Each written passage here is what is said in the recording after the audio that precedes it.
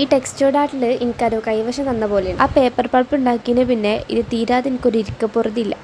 അതുകൊണ്ട് തന്നെ ഞാൻ അത് വെച്ച് എന്തുണ്ടാക്കും ഇങ്ങനെ ആലോചിച്ചിരുന്നപ്പോഴാണ് ഡ്രസ്സിൽ ഞാനൊരു റെയിൻബോന്റെ ഫോട്ടോ കണ്ടത്. അത് കണ്ടപ്പോൾ തന്നെ പെയിന്റും ബ്രഷൊക്കെ എടുത്താണ്ടിരുന്നു. ഇത് ചെയ്യാൻ ഭയങ്കര എളുപ്പമാണെന്നുള്ള തെറ്റിദ്ധാരണ ചെയ്ത് തുടങ്ങിയപ്പോൾ തന്നെ അത് മാറി കിട്ടി. പിന്നെ ഈ പ്രോസസ്സൊന്നും ഞാൻ അങ്ങോട്ട് ഡീറ്റെയിൽ ആയിട്ട് പറയണില്ല. ഡീറ്റെയിൽ ആയിട്ട് പറയുന്ന ഒരു വീഡിയോ ഞാൻ മുമ്പ് ഇട്ടിട്ടുണ്ട്. അപ്പോൾ അതൊന്ന് പോയി കണ്ടു. ഒറിജിനൽ റെയിൻബോനെ വെല്ലണം എന്നുള്ള എൻ്റെ അതിയായ ആഗ്രഹത്തിന് പുറത്ത് 7 കളറൊക്കെ കൊടുത്തിട്ടുണ്ടായിരുന്നു. പിന്നീടാണ് ഞാൻ ആ സത്യം മനസ്സിലാക്കുന്നത്. ഈ കളറൊന്നും ഇന്ത്യക്ക് ഉണ്ടായിരുന്നില്ല.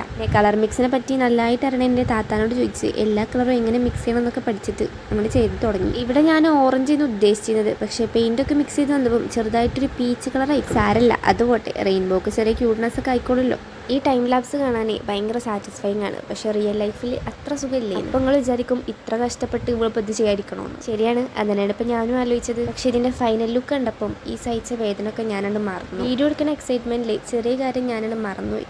നമ്മൾ നേരത്തെ കട്ട് ചെയ്ത് വെച്ച ക്ലൗഡ് ഉണ്ടല്ലോ, അതായത് ഒട്ടിച്ചെടുക്കാൻ ഞാൻ മറന്നു. എന്തായാലും ഇത്രയും ചെയ്തപ്പോഴാണ് എനിക്ക് സംഭവം ഓർമ്മ വന്നത്. ഇനിയിപ്പോൾ അത് പഴയ പോലെ മയിച്ച് ചെയ്യാന്ന് പറഞ്ഞത് റിസ്ക്കാണ്. പിന്നെ ഒന്നും നോക്കിയില്ല, എന്തെങ്കിലുമൊക്കെ വഴി ഉണ്ടാവും എന്നുള്ള പ്രതീക്ഷയിൽ ചെയ്തുകൊണ്ടിരുന്ന സംഭവം അതേപോലെ കണ്ടിന്യൂ ചെയ്തു. അങ്ങനെ സാധനമൊക്കെ നല്ല സെറ്റായി ഉണ്ടാക്കിയിട്ട് ഒരു ഡേ ഫുള്ള് ഡ്രൈ ആവാൻ വേണ്ടി വെച്ചിട്ടുണ്ടായിരുന്നു. കട്ടില്ലാത്ത കാർഡ്ബോർഡ് എടുത്തുകൊണ്ട് തന്നെ ഇത് ഉണങ്ങി വന്നപ്പം ചെറുതായിട്ട് മഴവില്ല് പോലെ തന്നെ ഒന്ന് വളഞ്ഞിട്ടുണ്ടായിരുന്നു. അതൊന്നും നമ്മൾ കാര്യമാക്കിയില്ല. ഉണങ്ങി വന്നപ്പം നേരത്തെ കാണിച്ച പോലെ 2 കാർഡ്ബോർഡ് പീസൊക്കെ വെച്ച് അഡ്ജസ്റ്റ് ചെയ്തിട്ട് ഈ ക്ലൗഡ് അങ്ങോട്ട് ഒട്ടിച്ചു. ഇതൊക്കെ ആണെങ്കിലും ഫൈനൽ ലുക്ക് നല്ലപോലെ ഇഷ്ടപ്പെട്ടിട്ടുണ്ടായിരുന്നു.